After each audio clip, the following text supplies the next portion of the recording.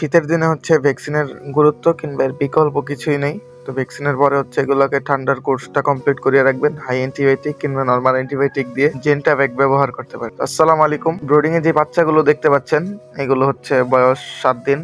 তো কাজের ব্যস্ততার কারণে হচ্ছে আমরা গতকালকে ভ্যাকসিনগুলো দেওয়ার কথা ছিল, আমরা দিতে পারিনি।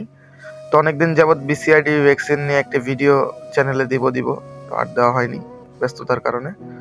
তো হাতে যে ভ্যাকসিনটি দেখতে পাচ্ছেন এটা হচ্ছে বিসিআরডিবি, জেলা প্রাণী সম্পদ অধিদপ্তর থেকে আমরা সংগ্রহ করি। এটার মূল্য ছিল 30 টাকা। তো এটা হচ্ছে আমরা বরফের বোতলে করে নিয়ে আসি এবং চেষ্টা করবেন যেন সূর্যের আলো থেকে না দেখানো। তো প্রথমে আমরা 6 ml পানি নিয়ে নিচ্ছি। আপনারা চাইলে নর্মাল পানি ফুটায় নিতে পারেন, ফুটায় ফ্রিজ করে নর্মাল করে নিতে পারেন। তাছাড়াও আপনারা মিনারেল ওয়াটার ব্যবহার করতে পারেন, কিংবা বিভিন্ন কোম্পানির পরিশোধিত ভ্যাকসিন করার জন্য পানি ব্যবহার করার জন্য যে পানি রয়েছে ওইগুলো আপনারা ব্যবহার করতে পারেন। তো দেখতে পাচ্ছেন ভ্যাকসিনটা কীভাবে আমরা ঝাঁকিয়ে নিচ্ছি, মিক্স করে নিচ্ছি সুন্দরভাবে। তো সুন্দরভাবে মিক্স করে নেবেন। মিক্স করার পরে হচ্ছে প্রতিটা বাচ্চাকেই হচ্ছে আপনি 1 ফোঁটা করে চোখে দিবেন অথবা আপনি খাওয়া দিতে পারেন। দেখতে পাচ্ছেন কীভাবে আমরা ভ্যাকসিনটি বের করছি। এর জন্য একটা সিরিজ ব্যবহার করবেন, নতুন সিরিজটি চেষ্টা করবেন একদম ফ্রেশ ইনটেক ইউজ করার জন্য, কারণ এগুলোর মধ্যে ভাইরাস থাকতে পারে অন্যগুলোর মধ্যে। তো আমি বলবো যে প্রতিটা বাচ্চাকে আপনারা 1 ফোঁটা করে চোখে দিয়ে দিবেন ধরে ধরে।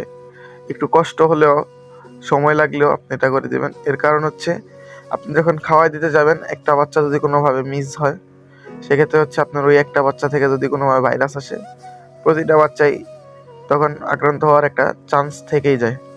তো আমি বলবো আপনারা সময় লাগলেও একটি করে বাচ্চা আপনারা ধরে ধরে চোখে 1 ফোঁটা করে বিসিআরডি ভ্যাকসিন দিয়ে দিবেন।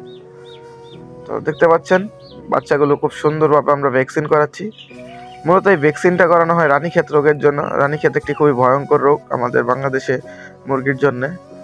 তো এই ভ্যাকসিনগুলো করালে আসলে অনেকটাই কম থাকে চান্স, এসব রোগ আক্রান্ত হতে পারে না। মুরগির রোগ প্রতিরোধ ক্ষমতা অনেক গুণ বেড়ে যায় এবং মুরগি এই শীতের মধ্যে এর বিকল্প আসলে কোনো কিছুই নেই। যেহেতু আমাদের দেশে শীতে ভাইরাসের একটা প্রকোপ রয়েছে, এর ফলে হচ্ছে অনেক মুরগি মারা যায়, হাঁস মুরগি মারা যায় এইসব রোগে। তো আমরা যদি সময় মতো ভ্যাকসিনগুলো মেনটেন করি তাহলে ইনশাআল্লাহ এ ধরনের রোগ প্রতিরোধ থেকে আমাদের হাঁস মুরগি মুক্তি পাবে।